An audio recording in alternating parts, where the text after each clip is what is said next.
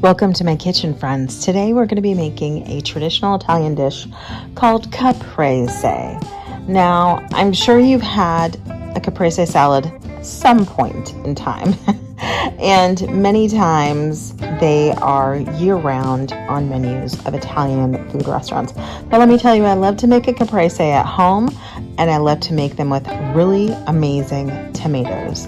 Now, it is September now. It's really towards the end of tomato season. Although I have a couple of Roma tomatoes, the plants that I have in my yard, and I'm really holding out hope for them. So we'll see what happens. But I'm going to show you today two different ways to make a caprese. The first is a traditional way, and the second is not. This second way is actually really great with a green salad. You could turn this into a sandwich and take some really amazing bread and toast it up, and then put that over your sandwich, toast it up a little bit. But regardless, let's get going with the caprese. You can see here, this is the traditional method that we're doing first. We have our mozzarella cheese, and you don't need fancy buffalo mozzarella unless you want to get some buffalo mozzarella cheese, but just regular mozzarella cheese. And as I'm slicing these tomatoes, if you find that the tomatoes are a little bit hard to puncture, just puncture it with the tip of your knife, okay? But we don't want to mush the tomatoes. We want like a nice clean piece of tomato, and then to accompany that with our mozzarella cheese. So here's the one thing you need to know about this dish is if you're just going to put a regular tomato onto a piece of ho-hum mozzarella, you're going to get what you get, meaning you're not going to get something spectacular. Look for really fresh organic tomatoes. I actually did a whole video for my cooking club about how to determine a really good tomato for your caprese salad. So if you're not already in the cooking club, you may want to get in on that. I share 4 recipes a month, plus we have a cooking class each month that comes with your membership. This month, we're making tomato soup and grilled cheese sandwiches, and we're elevating it a little bit. It's going to be delicious. But anyway, for my cooking club members, there is going to be a video in the portal that shows everything you need to know about tomatoes. So we are layering our tomato and our mozzarella. The one thing I want you to know about cutting the fresh basil, we're not like finely dicing this. We're doing strips because I want you to taste the basil. I don't want you to get mushy, like super teeny tiny fine bits.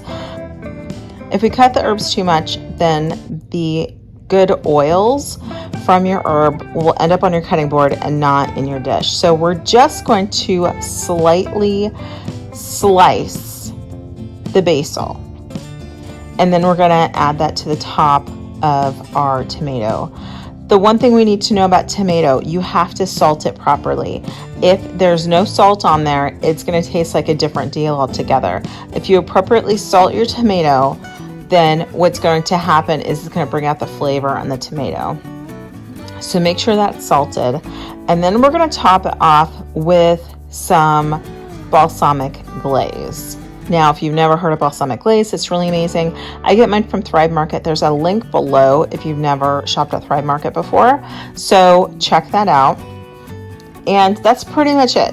For our second way that we're making this caprese salad, I found that pretty much always you can find cherry tomatoes.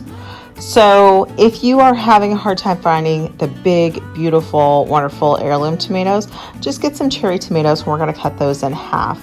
And for this kind of caprese, my husband actually loves it when I get the smaller balls of mozzarella cheese that are already marinated in olive oil and Italian spices. This actually does save you one step. I mean, you can still add Italian spices if you want, but it's already been marinated in it. So we're going to be cutting up our mozzarella to match the size of the tomato. Okay, so in this case, I quarter the mozzarella to match the size of the tomato. And then we're going to do the same thing that we did previously.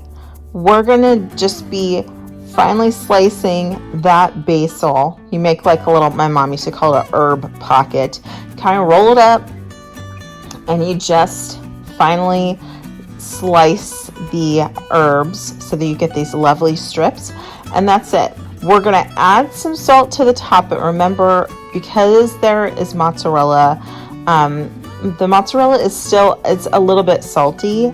So with these cherry tomatoes, since you don't have a huge slice of tomato, you don't need to salt them as much as you would if you were making a traditional caprese. But make sure you salt it, and then we're going to top it again with our balsamic glaze and with our fresh basil. You can use the second type of caprese. This is a side dish. This could top a green salad. This could be so many different things. But sometimes I just make one of those as a side, and my family loves it because it is that same caprese taste, but it's a little bit different, and I don't have to scour the earth for amazing tomatoes, if you know what I mean. So those were my 2 ways to make a caprese. If you have not gotten in on our cooking club, I'm going to put a link below. I would love to share recipes like this with you that are quick, and they're easy and healthy, and it's not going to be a ton of time and effort for us to make an amazing meal. All right, friends, this is it for me today. I'm sending you lots of love from my house to yours, and make sure you like and subscribe and share this with a friend who you think needs a caprese salad in their life. Take care.